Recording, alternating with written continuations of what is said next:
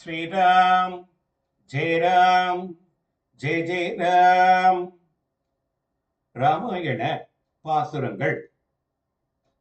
பொருந்தார் கைவேல் நுதிபோல் பரல் பாய மெல்லடிகள் குருதி சோர விரும்பாத கான் விரும்பி வெயில் உரைப்ப வெம்பசி நோய் கூறுகின்ற பெரும் பாவியேன் மகனே போகின்றாய் கேகையர்கோன் மகளாய் பெற்ற அரும்பாவி சொற்கேட்ட அருவினை ஏன் என் செய்கேன் அந்தோயானே.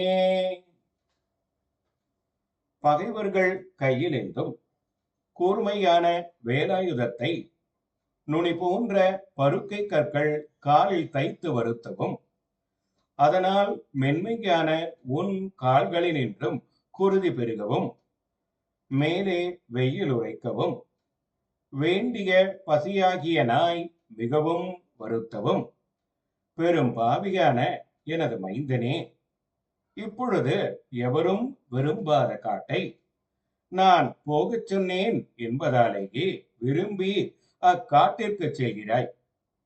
கேகய அரசன் பெற்ற மகளான கொடிய பாவியாகிய கைகையினுடைய வார்த்தையை கேட்ட கொடியோன் ஆகிய நான் ஐயோ என்ன செய்வேன்